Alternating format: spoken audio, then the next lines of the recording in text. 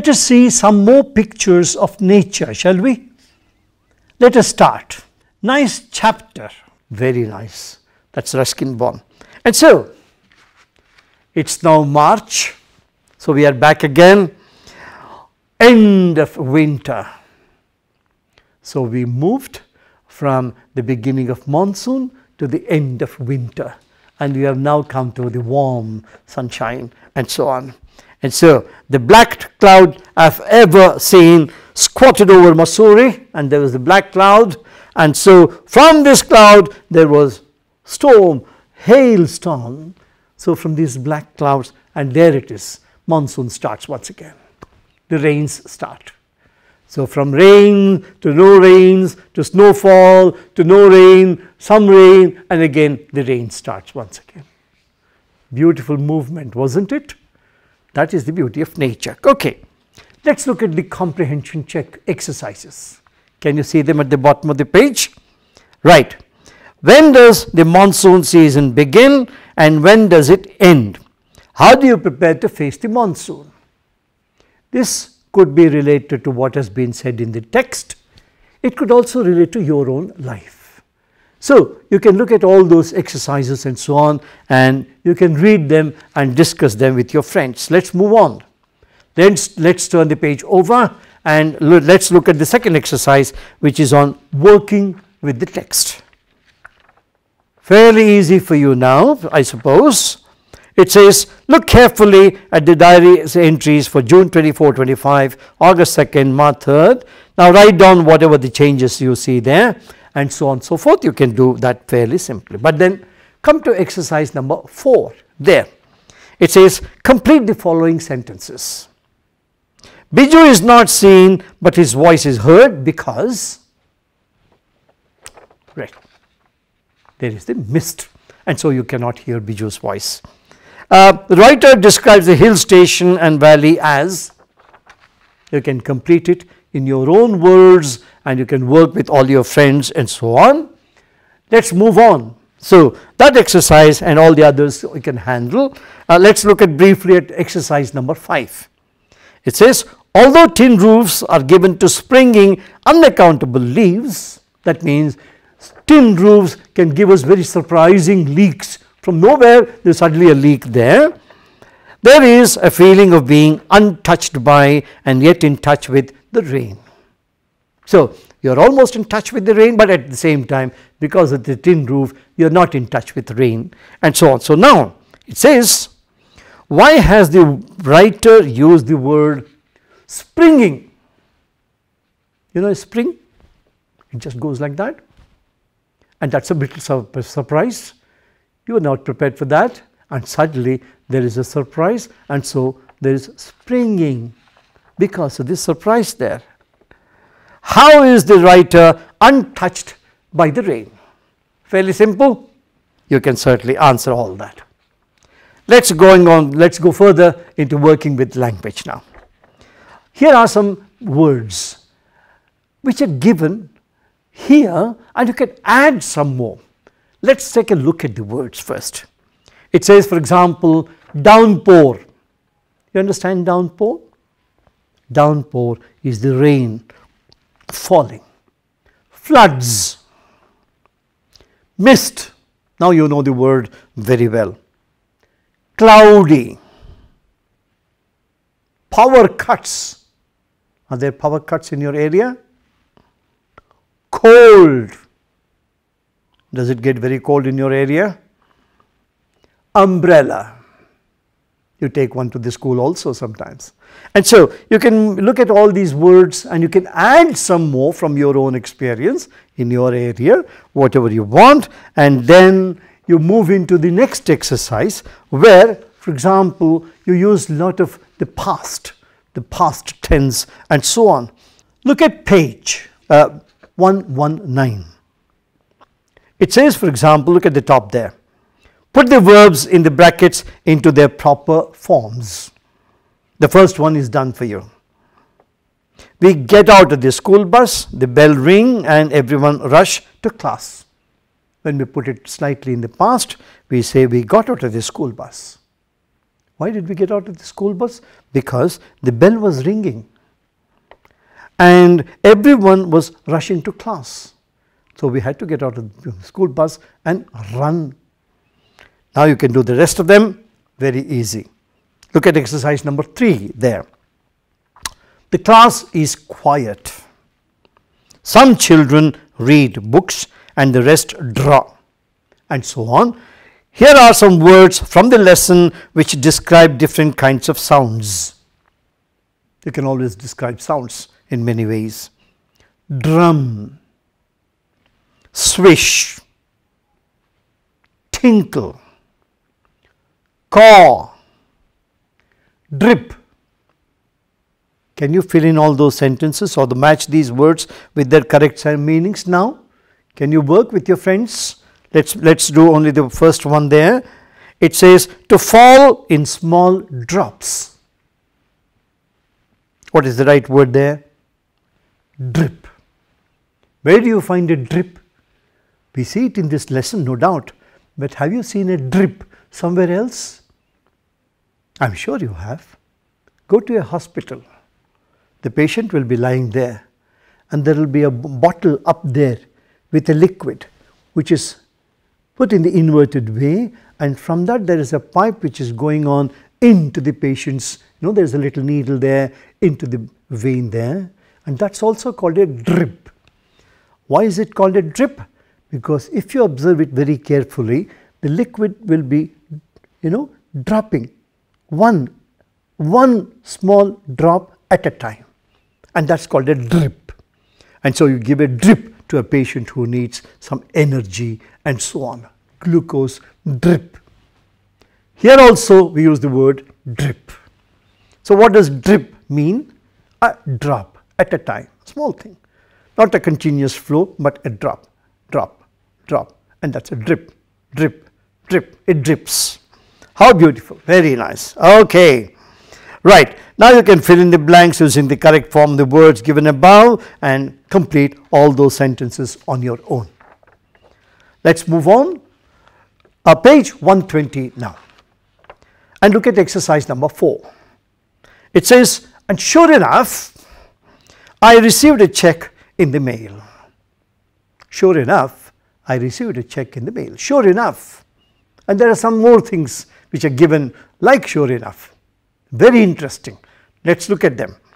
Sure enough, kind enough, brave enough, colorful enough, big enough, foolish enough,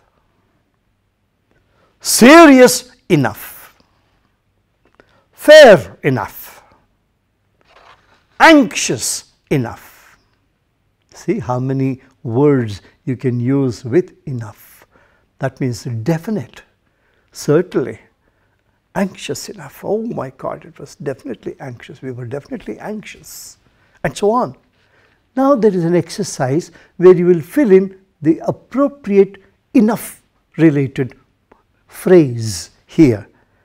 I saw thick black smoke, clouds in the sky, and dash dash, it soon started raining heavily. So what will you finish it with? And sure enough, good, and so on. You can do that. Towards the end of the page, there is a small little speaking activity. This speaking activity talks of a small little idea, very interesting. It says, do you believe in superstitions? Do you know what superstitions are? All of us believe in lots of superstitions. I'll give you one or two small examples, you can understand that. One of the very famous and very popular superstition is that when we are going out, supposing there is a black cat which comes from our left and goes to our right, crosses our path, people say you should not go further, you should stop. Why? Well, we don't know. People will say, no, we don't know. That's how, that's the belief, that when there is a black cat crossing the way, then you should not move further. So you should stop, wait for some time and then go. Oh, that black cat has already vanished. But this is one superstition. The other superstition, which is much more common, and I am sure you have experienced, is when you want to do something, sometimes the left eye, this eyelid starts twitching. Suddenly there is a little, it's coming closer, hitting, and it's called twitching. Now, they say that, oh, when the left eye twitches, it's a bad luck. Something bad is going to happen to you. Whether it happens or not, the belief is very much there. That's also a superstition. So we have lots of superstition. I am sure you have many more like that. And if you'll ask your parents, they will tell you many more. And with your friends, you can find out any number of such superstitions. Superstitions are beliefs. We believe in something like that. Okay, let's look at some writing task now. Turn the page over to see a beautiful picture on the next page, which is page 121. There is a lovely picture on this page. Look at that. Now, use this picture to write a paragraph about monsoons and your experience. Imagine you are there in that forest, surrounded by trees, fern, lots of greenery, birds, noises, and rain, raindrops, and you are getting wet, and so on. And that's where you can imagine you are sitting, or you are holding an umbrella, whatever, but you are going to write something about it. Can you? Good. You can write a poem also, it says. You can either write a paragraph or a poem. But then now I want to conclude this lesson by introducing you to two people which are very important. You should know them. Both of them were interested in nature and both of them worked with nature. You will see their pictures very soon. One is Mr. Salim Ali. Have you heard of Mr. Salim Ali? You should know about him. Mr. Salim Ali from India, from Bombay, was what we call technically ornithologist. Ornithologist. And who is an ornithologist? One who watches birds. Mr. Salim Ali has watched, has seen, has observed closely birds and birds and birds and any number of them all over the country. So much so he was invited all over the world to record, to watch, to observe and record their bird habits. And so Mr. Salim Ali, who is a Padma awardee from the government of India, is a world renowned bird watcher. You should take interest in bird watching, and when you do, you can find Mr. Salim Ali everywhere. He has watched all these birds, and so you should know quite a lot about Mr. Salim Ali. You have seen the picture there. The second person is an old lady, nearly 90, from Karnataka, and this lady is so old, but she is so well known now all over the world because of a very unique thing she did. First of all, her name is Timmakka. Timmakka. When she got married, she discovered that after some time that she is not going to have any child, no child. So what does she do? No? She immediately decides to plant trees. She says, trees are my children and I am going to adopt these trees as my own children. So what does she do?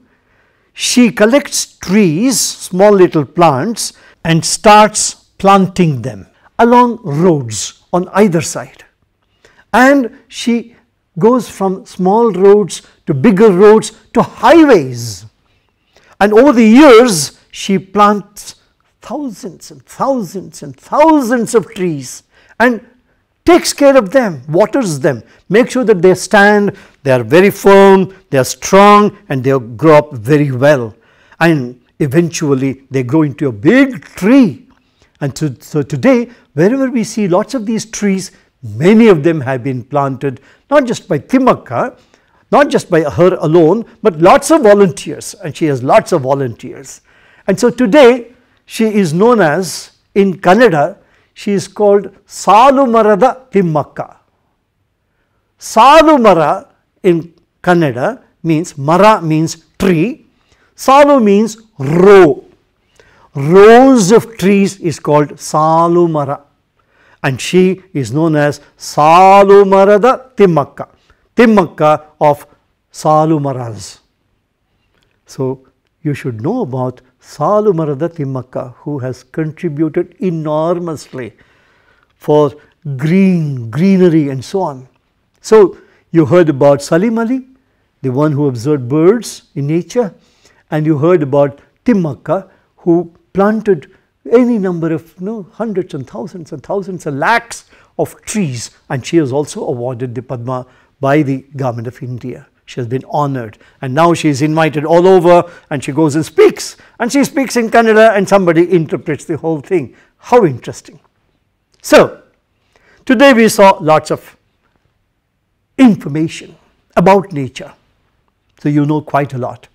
Nature can be very beautiful, it can have lots of things, it can have trees, it can have plants, it can have greenery, there can be change of color in nature. You heard about birds, you heard about noises.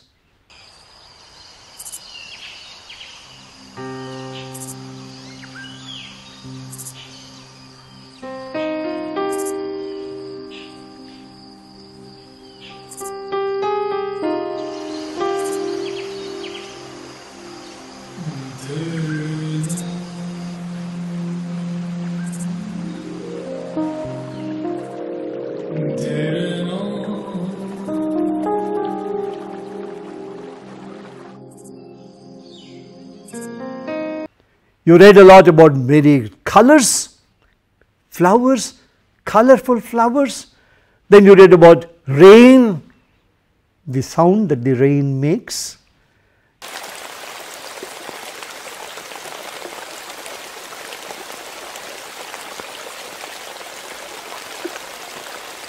You saw about the clouds, different colored clouds, heavy clouds, light clouds, sunlight, the beauty of sunlight, how it helps in the growth of plants, greens, reptiles, all these things which come out and so on. And finally, we read about two more important people besides Ruskin Bond. You should know about Ruskin Bond, you should know about Mr. Salim Ali, and you should know about Salumarada Timmakka. Okay? Did you enjoy all these things? Good. You must work on a project where you prepare a chart and paste lots of things, photographs. You should also, now most of you, all of you are very good with your mobile phones. You must prepare, you must work on a movie on nature in your neighborhood, alone or with your friends. Plan. Certainly you must work on posters, pasting all kinds of things, pictures and so on, but also work on a movie. It will be beautiful. Thank you very much.